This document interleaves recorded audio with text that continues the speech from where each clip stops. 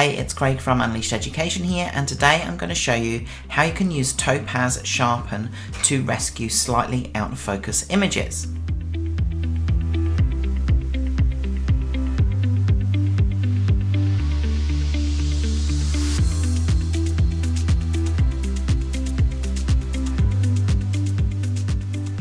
Thanks for joining me for this week's Editing Toolbox video. I'm Craig from Unleashed Education, and in these videos we like to share a quick tip, trick or technique that we hope will help you improve your editing skills.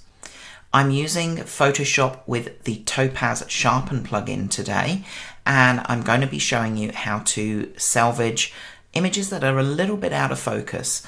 We've got this image here, and this is something that my client really wanted, where they were out of focus in the background and their dog was coming towards me.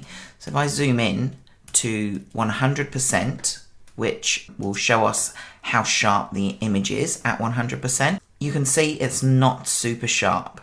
Now, I found that the thing with Topaz that works best is that if you do have an image that has got some detail still and some contrast. So you've definitely got that here in the dog's face. But for example, if we look at the people, there's nothing there. And of course, there's no way that we can rescue that and sharpen that up. So with a good amount of contrast, we can get some reasonably successful results. So let's make a start.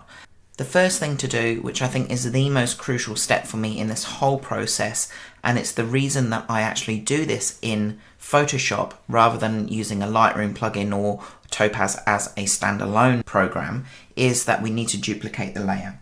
So I press Command and J. That means that we can now apply sharpening to selected areas of the image using masks after we've gone through the process of the sharpening. Now I've made my duplicate layer, I can go to Filter, and you've got Topaz here as your plugin options down at the bottom. So I want to sharpen this, so I'll use Sharpen AI. I think if you're using Topaz for the first time, the default view is for the single view here. But we have got different view options at the top where you can have a split view. So this is your original in one side, and this is the sharpening that you have selected here applied on the right hand side. You can have a side-by-side view. Your original is here and your sharpening is here. Or you can have a comparison view. Now that's how I normally like to view the images. So you can use the mouse and scroll around on the preview here, or you can scroll around on the actual boxes. And what I like to do with this is I just like to fill each one with a different setting. So we've got out of focus, very noisy, motion blur, very blurry, out of focus, very blurry, and too soft, very blurry. So I have 4 different kind of sharpening levels in all of these. I tend to use all of the very ones, so the ones that are going to apply the most sharpening. And basically, really, I'm just comparing which one I think looks the best. So if you click and hold, you can see the original, and then you can let go and see how it's sharpening. You've got several options on this side of presets for this, and then you've got a couple of sliders where you can increase or decrease the remove blur and increase or decrease the noise, along with some other settings here as well. Now, generally speaking, I don't ever touch these. I just look at what I want as my most effective sharpening. So I'm looking at these now, taking a nice close look, and I'm thinking that probably motion blur, very blurry is a little bit too sharp. So very noisy or very blurry I think are the best ones. Too soft, very blurry definitely hasn't sharpened the face up enough. Let's just go with, I think this one, if I look at the fur here on the tan, I can see a little bit more detail than I can on the tan here. So let's go out of focus, very blurry.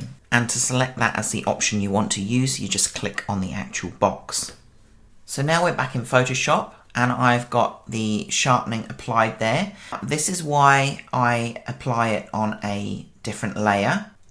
If we zoom in a bit closer, you can see that it's done all kinds of weird stuff to the lines on the shirt here.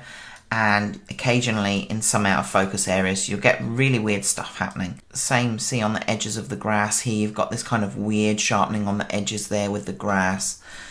And really I just need to apply this to the dog's face. So now I can actually create a mask with the button here.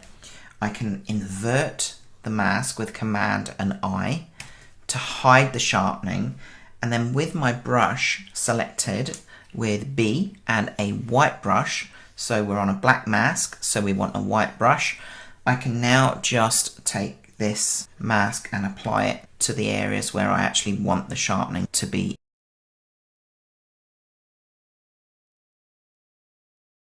And that's all I need. I don't need the sharpening to apply anywhere else. So you'll see here now you haven't got those weird lines on the shirt, obviously, because we masked that out. The grass looks normal down here. Everything's looking good elsewhere, but we've got some really nice features that have been brought out by this sharpening on the front of the dog here. One other little thing you can do here at this point as well, if you are finding that the sharpening is too much, you of course have always got the option to take down the opacity of the layer a little bit, so you can reduce that sharpening effect if you need to. Again, another reason to do this in Photoshop. Gives us a lot more flexibility. So there's the before and there's the after. Because of all of that contrast in the before, where you've got all this light in the eyes, the definition around the edges, some good light and definition, everything on the face, Topaz has been able to do a really nice job of that. You know, it's probably not going to stack up to printing really large, but to go in an album or for a client to share something like this on social media, it's done a really nice job and it's more than adequate for those purposes. That's pretty much it, I think. Just a couple of quick recaps. I always use Topaz Sharpen in Photoshop as the plugin, because then I can do the sharpening on a new layer. When I'm in Topaz, I like the comparison view, so I can compare which effect is going to work the best for the image that I'm working on. It works best if you've got an image that's only slightly blurry and does have good contrast in the features that you want to sharpen. And when you have done the sharpening, mask it in Photoshop to apply it to the areas that you want it to. But that's it from me for this week. I'll see you again very soon for another Editing Toolbox video.